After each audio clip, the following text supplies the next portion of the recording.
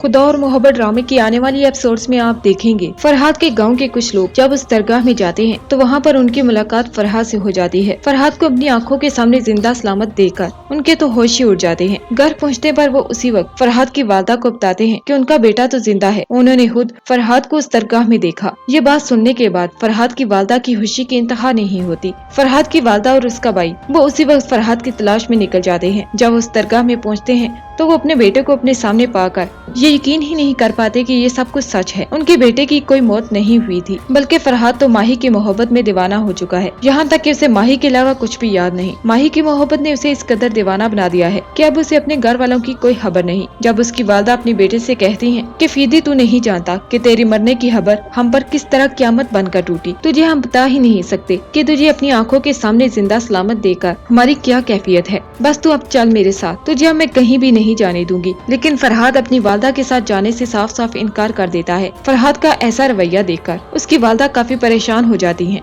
ये थी हमारी ड्रामा सिर्फ खुदा और मोहब्बत पर प्रेडिक्शन।